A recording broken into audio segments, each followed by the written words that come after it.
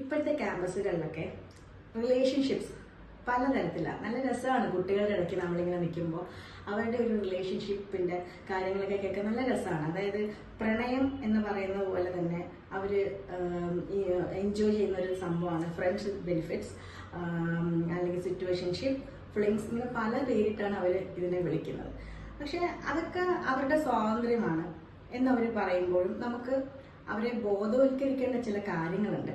കാരണം ഇതിനകത്തുള്ള ഒരു അപകടം എന്ന് പറഞ്ഞാൽ പല പല ആപ്സ് ഉണ്ടല്ലോ. ഇപ്പോൾ നമ്മളിപ്പോൾ മുതിർന്നവർക്കൊക്കെ ഫേസ്ബുക്കും അല്ലെങ്കിൽ മാക്സിമം ഇൻസ്റ്റ വരയ്ക്കേ അറിയത്തുള്ളൂ. പക്ഷേ ഇവർക്ക് ഇതിനകത്തിൽ കുറേ കാര്യങ്ങളുണ്ട്. ഇതുവഴിയൊന്നും മാത്രമല്ല, ഇൻസ്റ്റ വഴി മാത്രമല്ല, പലതരം ആപ്സിലൂടെ അങ്ങോട്ടും ഇങ്ങോട്ടും കോണ്ടാക്ട്സ് ഉണ്ടാവാനും ഇഷ്ടങ്ങൾ പങ്കുവെക്കാനും ഇതൊന്നും മുതിർന്നവർക്ക്, പാരൻസിനാകട്ടെ അധ്യാപകർക്കാകട്ടെ ഒന്നും പെട്ടെന്ന് കണ്ടുപിടിക്കാൻ പോലും പറ്റത്തില്ല. അപ്പം ഇതിലോട്ട് ആയി കഴിഞ്ഞ ശേഷം പിന്നെ നെക്സ്റ്റ് എന്ന് പറയുന്നത് ഇവർ തമ്മിലൊരു ഫിസിക്കൽ കോണ്ടാക്ട് ഉണ്ടാവുകയാണ്. ആദ്യമായിട്ട് കാണുന്ന ഒരു വ്യക്തിയുമായിട്ട് രണ്ട് വ്യക്തികൾ തമ്മിലൊരു ഫിസിക്കൽ കോണ്ടാക്ട് ഉണ്ടാവുകയാണ്. അവരുടെ പാസ്റ്റോ ഒന്നും അറിയുന്നില്ല. പിന്നെ ആ ഒരു റിലേഷൻഷിപ്പ് കണ്ടിന്യൂ ചെയ്യണോ വേണ്ട എന്നുള്ളത് പോലും അവരപ്പം തീരുമാനിക്കുന്നില്ല.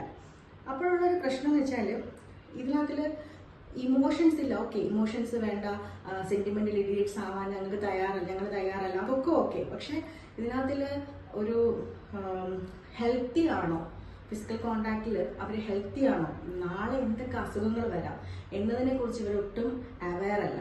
കാരണം ഡോക്ടേഴ്സിൻ്റെ അടുത്ത് ചോദിച്ചാൽ, ഗൈനക്കോളജിസ്റ്റിൻ്റെ അടുത്തൊക്കെ സംസാരിക്കുമ്പോൾ അറിയാം എത്രമാത്രം അബോഷനാണ് ഈ ടീനേജ് കുട്ടികളുടെ ഇടയ്ക്ക് നടക്കുന്നത്. ഇപ്പോഴും തന്നെ ഈ അടുത്ത് തന്നെ ഫ്ലാറ്റിൻ്റെ മുകളിൽ കൂടി ഒരു കുഞ്ഞിനെ വലിച്ചെറിഞ്ഞ ഒരു സംഭവം ഉണ്ടല്ലോ. ഇതുപോലെ ഒരുപാട് കേസുകൾ വരുന്നു. പുറത്ത് വരാത്ത കഥകൾ ഒരുപാടുണ്ട്. അപ്പോൾ നമ്മൾ ഇത്തരം ചിന്തകൾ, ഇപ്പം ഒരു പെൺകുട്ടി ഡിപ്രഷനിലാവുമ്പോൾ നമ്മൾ പറയുന്ന കുറച്ച് കാര്യങ്ങളുണ്ട്. പോട്ടെന്ന് വയ്ക്കാൻ, നിനക്ക് അവനില്ലാത്ത എന്ത് വിഷമാണ് നിനക്കുണ്ടാവേണ്ടത് എന്നൊക്കെ പറയും. അതിനെ ബേസ് ചെയ്തിട്ട് നമ്മൾ പിന്നെ ക്ലാസ്സുകൾ എടുക്കും.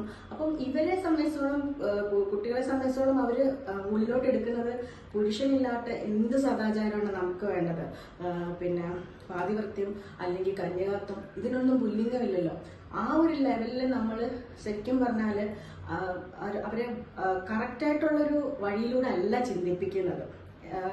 അതിന് ഒരു എക്സ്പോഷർ വേണം, വാസ്റ്റ് ആയിട്ടുള്ള ഒരു എക്സ്പോഷർ വേണം. ഇപ്പോൾ ആ ഒരു ലോകവുമായിട്ട് അല്ലെങ്കിൽ ഒരു പുസ്തകവുമായിട്ട് തന്നെ ഇടപെടുന്ന കുട്ടികൾ കുറവാണ്. ലൈബ്രറിയിൽ പോയിട്ട് പുസ്തകത്തിലൂടെ ലോകം കാണുന്ന കുട്ടികൾ വളരെ കുറവാണ്. അപ്പോൾ അവർക്ക് കിട്ടുന്ന ഇൻഫർമേഷൻ വളരെ ചെറുതും എന്നാൽ അപകടം നിറഞ്ഞതുമാണ്.